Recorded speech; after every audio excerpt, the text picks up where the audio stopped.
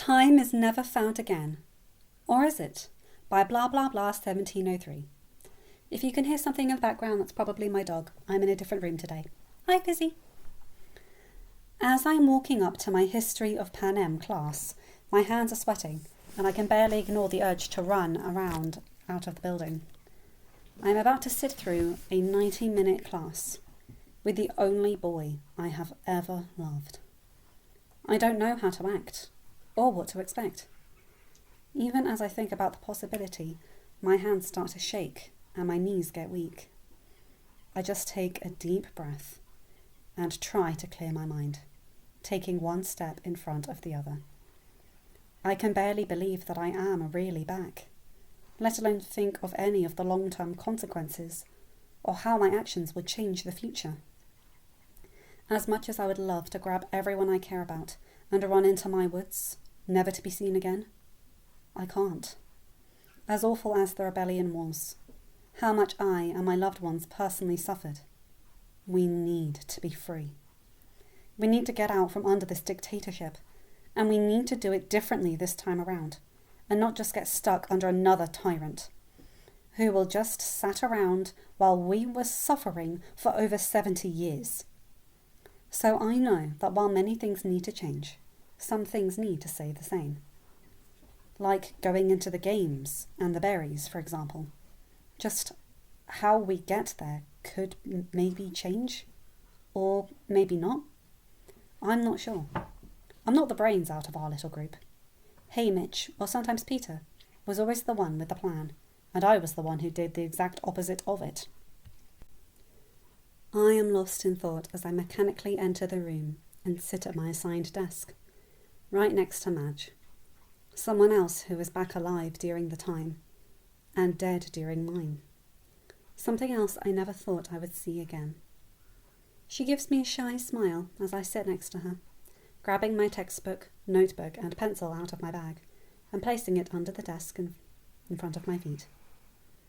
Her well-loved textbook with her name blazed across the front of it is a stark contrast to mine. This textbook has been passed through many hands in the scene, probably for generations as the curriculum hasn't changed since before the dark days. Even though my textbook is obviously older, it is in almost perfect condition, or as perfect as it can be after so many years. I have continued to keep it as perfect as I could in order to pass it down to Prim in a few years, to share it with Rory before she passes it down to Vic, considering Gail was the one who had passed it to me in the first place. I ended up getting Prim her own new textbooks after I won the last time, but I know Gail would never accept that, so I will continue to do my best for Rory and Vic, probably even Posey, though I hope they never need this pure propaganda. With that, I do not begrudge Madge her doodling. This class is just capital brainwashing, and everyone knows it. It makes for a good nap time if you're sitting in the back. However, this year I am in the second row from the front, and obviously so is Madge. If you can't sleep, the next best option is to distract yourself, and doodling gets the job done. As I'm thinking over how many things will need to change after we win again, with this stupid class being the first to go, the classroom door opens, and a group of students walk in, all blonde hair and blue eyes. Their clothes are in slightly better condition than the dark-haired students, no coal stains or visible patching in sight. However, and this is something I had not noticed the last time I was in the classroom, there is still the feeling of dread and hopelessness that clouds them, the same as the scene kids. Sure, the Murchies, or children of the merchants, will never have to go into the death trap we call the mines.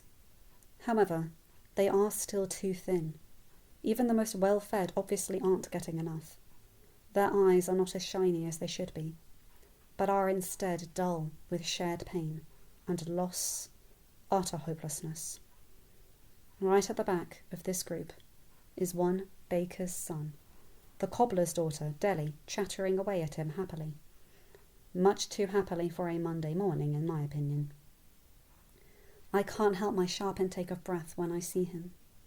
His eyes no longer sunken in, his cheeks no longer gaunt, 2 legs, and no visible scars. So unlike the Peter I saw in District 13. So unlike the Peter I left back at the capital. More like the Peter who declared his lifelong love for me in front of the entire country, just to give me a greater chance of survival.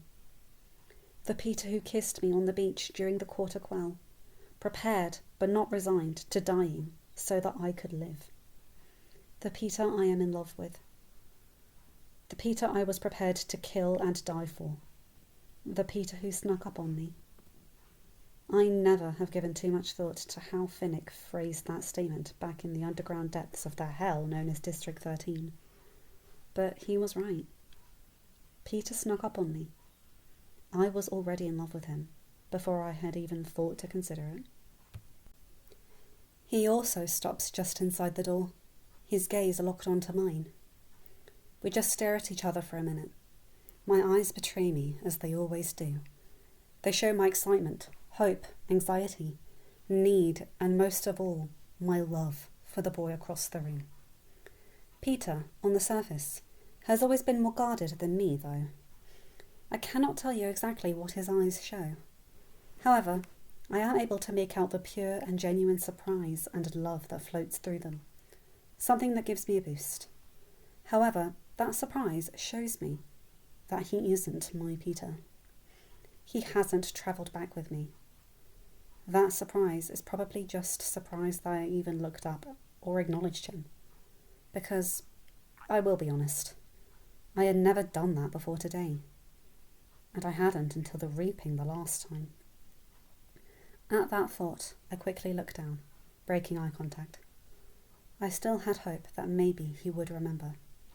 But maybe it is better that he doesn't. He no longer thinks I am a danger, a capital mutt designed to kill him. He just sees the little girl with the 2 dark braids who sang the Valley Song on the first day of school.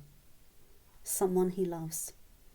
And I can't help but feel, along with my disappointment about him not remembering, a happiness and gratefulness that he will never need to see me that way this time around. I turn back toward the front, but out of the corner of my eye, I see him start to walk again, looking down at his shoes with a confused and disappointed look on his face. I feel my heart clench looking at it. Is that how he felt all those years? Every time he saw me, but never spoke a word. I would love nothing more than to go to him and never let go.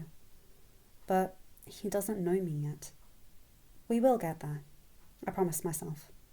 But not yet. I watch him walk until I can't see him without turning my head. I just sit and contemplate how to approach him. How can I do it without it seeming weird? I could go and thank him for the bread, but that happened so long ago, and it would seem weird if I just came up and blurted it out. So, how can I? My thought process is interrupted by Madge. I look around quickly. We were already halfway through the class. I must have been more lost in thought than I had realised. She lightly elbows me and pushes a slip of paper under my open textbook cover. Madge and I would usually just sit in silence. We would talk about a few things sometimes, but never to the point where we would pass notes back and forth. It makes me happy that it could change this time. I enjoyed her presence before the victory tour, and I missed her in 13. So maybe we could be closer than before the 74th as well.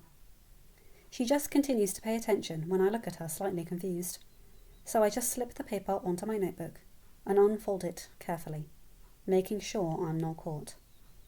My breath catches when I see it. I know that handwriting. Carefully scratched onto the paper, not a stroke out of place. Meet me in the meadow tonight, 5 p.m. That's it. No signature or anything, even if I know who it is from. It takes everything in me not to look back at him. Am I wrong? Does he remember? If he does he still see me as a threat? I quickly scribble down my answer before refolding the note and passing it back to Madge. Yes. I can't think of a reason as to why he would want to meet, unless he remembered. Hope floods me, and I move through the rest of the day in a daze. We have shared math class in the afternoon, in which he sits 2 rows in front of me, and I cannot help but stare at him the whole time. Until, finally, school lets out, around 2:30 in the afternoon. I'm still so preoccupied, I almost forget to meet Prim at the flagpole to walk home. The next 2 hours go by incredibly slow. Snail's pace. I help Prim with her homework. We roast a few walnuts as an after-school snack, and we decide to finish the stew and bread from 2 days ago for dinner after I get back. Finally, it's time to walk over to the meadow. Well, I have about half an hour until 5, but I just can't wait any longer. Plus, they just brought Mum a broken arm to deal with, and I need to get out of the house. I turn the corner house to see the meadow, and notice Peter isn't there yet. I head towards the big oak tree in the middle of the meadow, climbing a little ways up to sit on a branch, the ground too wet for me to sit comfortably while I wait. Once I get situated, that's what I do. Wait. I wait, and wait, and wait. Finally, at 15 minutes past 5, I am done with waiting and go to hop down from the tree, ready to slap Peter a new one, whether he remembered or not, just for standing me up. I turn around to do exactly that when I see an out-of-breath Peter running towards the meadow, his backpack swinging behind him. When he sees me, he grins and slows down, making his way towards me and obviously trying to catch his breath. "I'm so sorry," he says. "My shift ran late." I immediately understood, and my anger drains from me. I am honestly just too happy he is here and not trying to kill me. He could have given me any reason, and as long as he had one, I wouldn't have been mad. "That's okay," I say, kind of awkwardly, looking for any hint of recognition or remembering, too scared to mention anything if he didn't actually remember. He nods with a smile, watching me closely. He slowly pulls his backpack out and unzips it to get out an old but fluffy clean towel. "Wanna sit with me?" He throws it down under the tree, close enough that we can lean against it. I just nod and smile shyly at him, sitting on the offered spot. We are so close, our shoulders and hips are pressed together, both of us trying not to sit on the slightly wet ground. But at least, for myself, and probably for him as well, I would have sat this close anyway. It is silent for a minute after we get situated. There are so many questions I want to ask him, so many things I need answered, but I can't make myself. What if he doesn't remember? What if he does and is still working through his hijacking? What if... So, I look over at him, only to see his face super close to mine. "Your favourite colour is green, right?" he asks. My heart drops. He doesn't remember. The get-to-know-you questions all over again. It's even the exact same one he asked on the train during our tour. Wait. No, it's not. He asked me what my favourite colour was then. End of chapter. Hi guys, I've enjoyed this one. The next chapter is one of my favourites. It's quite long, so I like that this one's a bit shorter. Anyway, yeah, I like that she's got this unreliable internal narration, that enormous dialogue. Oh, Katniss, I love you, but you really need to start seeing yourself more clearly. Sweet girl, you've gone through too much. Anyway, you guys know the drill. Like, comment and subscribe and hit that bell to get notified for whenever I upload a new video.